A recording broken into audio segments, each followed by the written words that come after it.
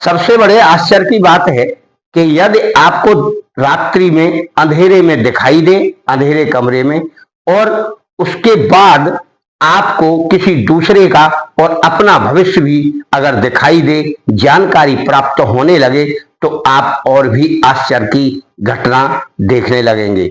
जो भी कोई होने वाली भविष्य में घटनाएं, वह सब आपको नजर आने लगेंगी। मित्रों, आपको और आप सभी साथियों को यह विद्या इस वीडियो में बताई जाएगी। नमस्कार मित्रों, विशन धर्मा चैनल है। आपको ज्ञानवर्धक बहुत सारी वीडियो डाली हुई हैं। यह भी एक ज्ञानवर्धक है। इस वीडियो में वह ज्ञान आपको दिया जा रहा है जो न तंत्र, न मंत्र, न यंत्र, न कोई ऐसी साधना जिसमें मंत्र का जाप करना है। केवल यह यौगिक क्रिया है, हमारे ऋषि मुनियों द्वारा बताई हुई, प्रदर्शित की हुई और ज्ञान दिया हुआ है। आप उसे करेंगे तो आपको भी वह शक्ति प्राप्त हो सकती है। युवा वर्ग के लिए यह है। ओल्ड एज यानी बुजुर्ग व्यक्ति इसमें समर्थ नहीं हो सकता है। इसमें सबसे महत्वपूर्ण आंखें हैं। आंखें निरोग होना चाहिए और आंखों के नंबर नहीं होने चाहिए। जो चश्मा लगाते हैं उनको नंबर मिलते हैं। तो नंबर का मतलब होता है कि एक आंख से कम दिखना या एक आंख से ज्यादा दिखना, या नजदीक की वस्तु दूर दिखना या दूर की वस्तु नजदीक दिखना या धुंधली दिखना, उसे नंबर कहते हैं। आंखों को बिल्कुल निरोगी रखने वाला व्यक्ति इस क्रिया को करे और शुद्धता से करे और संयम में रहकर करे, ब्रह्मचर्य से रहकर करे। इस क्रिया को केवल रात्रि में किया जाएगा। रात्रि में इसमें डरने की कोई बात नहीं है।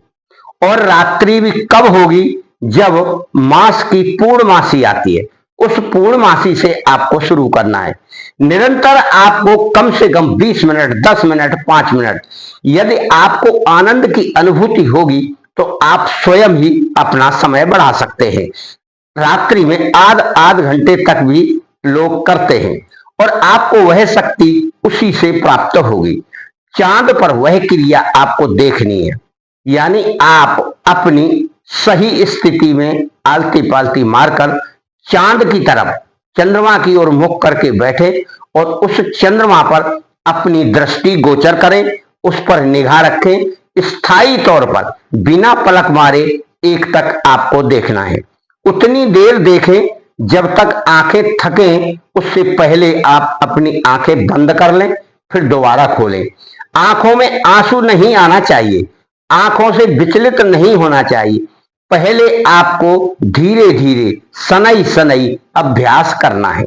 उस अभ्यास के द्वारा आपको 1 हफ्ते में पूर्ण अभ्यास हो जाएगा और आप अपनी आंखों को स्थिर करके उस चंद्रमा पर देखते रहेंगे तो आपको एक शीतलता भी महसूस होगी और कुछ अनुभव भी होगा। चंद्रमा के अंदर आपको देखना है, चंद्रमा के किनारे आपको देखना है, चंद्रमा के विषय में आपको सोचना है और अपने विषय में बिल्कुल भी नहीं सोचना और इस संसार के विषय में या किसी व्यक्ति विशेष के बारे में बिल्कुल भी नहीं सोचना है। अगर आपको सोचना है तो चंद्रमा के विषय में सोचें, क्या है, कैसा है। तो वह चंद्रमा आपको कुछ रूप परिवर्तन करते दिखाई देगा और कभी पुनः अपनी स्थिति में आएगा और हो सकता है जो प्रकाश उसके पास है उससे ज्यादा प्रकाश भी दिखाई दे। जब इस आप अभ्यास को करेंगे तो फिर कुछ अनुभव हो तो अपने गुरु से संपर्क करें। यदि वह गुरु इस विद्या को नहीं जानता है तो इसके लिए आप हमसे गुरु दीक्षा लें। उस गुरु मंत्र का आपको 1-2 घंटे पहले जाप करना है और सुबह भी 1 माला कम से कम जाप करना है। गुरु मंत्र की शक्ति आपको आत्मा की शक्ति प्रदान करती है, आपको निडर बनाती है और यह शक्ति जिसे हम आपको बता रहे हैं योग क्रिया, यह आपके अंतर की एनर्जी को प्रदर्शित करेगी, नेगेटिव एनर्जी को निकालेगी, आपकी आंखों में चमक पैदा करेगी और फिर आपको अंधेरे में देखने की शक्ति प्राप्त करेगी। जिस दिन आपको अंधेरे में दिखाई देने लगे तो समझिए अब आपको कुछ दिन में कुछ घटनाएं और कुछ भविष्य की बातें अपने बारे में और दूसरे के बारे में अनायासी महसूस होने लगेंगी और फिर आप उसे देखेंगे कि यह घटना तो मैं कल सोच रहा था और यह घटना आज घट गई। किसी के विषय में आप बताएंगे कुछ भी नहीं, अन्यथा आपको बहुत परेशानी होगी, क्योंकि लोग आपसे पूछेंगे कि आपको कैसे मालूम।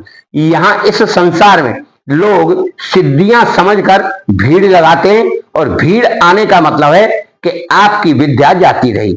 आदमी को गुमान और अहंकार अवश्य होता है कुछ शक्ति प्राप्त होने से, और उस अहंकार के कारण ही प्राप्त की हुई शक्तियां जाती रहती हैं। फिर केवल वह सीधा साधा व्यक्ति बच जाता है जो साधारणतया व्यक्ति होते हैं।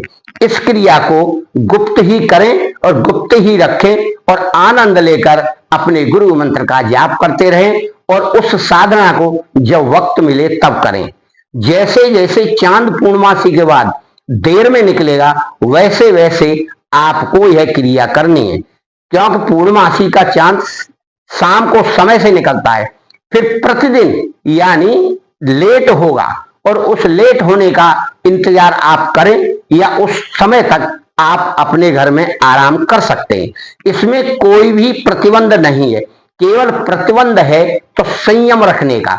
ब्रह्मचारी से रहकर कम से कम आप इसे 1 महीना 1.5 महीना करें, फिर आपको जो अनुभव हो तो फिर आप आगे की क्रिया स्वयं निर्धारित कर लें कि मुझे कब और कैसे करना है। फिर आपके प्रैक्टिस में आ जाएगा, अभ्यास में आ जाएगा। इसे कहते हैं चंद्रमंडल की देखने की शक्ति और देखने का अभ्यास। उसी से सारी शक्ति आपको प्राप्त होगी। जैसे सूर्य से होती है शक्ति, वैसे ही चंद्र से होती है। सूर्य की शक्ति ही चंद्रमा से उस साधक को प्राप्त होती है, जो आंखों में एक एनर्जी देती है। सूर्य की होती है गर्म और चंद्र की होती है ठंडी, इसलिए आंखों को ठंडी शक्ति की ही जरूरत है। गर्म शक्ति प्राप्त करना है तो उससे सूर्य से करें, और सूर्य की जब गर्म शक्ति प्राप्त हो जाती है तो साधक जब बिल्कुल मजबूत हो जाता है, यानी उसका अभ्यास पक जाता है, तो उस साधक में इतनी शक्ति प्राप्त हो जाती है कि उसके देखने मात्र से और इच्छा मात्र से उस वस्तु में या उस जगह पर या उस व्यक्ति में आग भी लग सकती है। यानी वह अपनी शक्ति का प्रयोग अगर सूर्य साधना वाला करेगा तो वह आग लगाने की शक्ति रखता है और आग लगा सकता है। चंद्र वाला अंधकार में देखने की शक्ति प्राप्त करता है और भविष्य को देखने की शक्ति प्राप्त करता है। सूर्य पर करने वाला व्यक्ति क्रोध ज्यादा करता है, उसको क्रोध आता है। सूर्य की शक्ति उसके अंतर्मन पर और शरीर पर प्रभाव डालती है, क्योंकि स्वभाव से सूर्य का स्वभाव गर्म है। इसलिए मेरे मित्रों, आपको दोनों साधना कर सकते हैं आप, परंतु अनायासी कोई भी साधक सूर्य पर साधना न करे, वरना वह आंखों से अंधा हो सकता है। ये हमारी विशेष चेतावनी है। बिना ज्ञान के या बिना मार्गदर्शन के आप करेंगे तो फायदे की जगह नुकसान उठा सकते हैं। आपका और आपके घर परिवार का मंगल हो।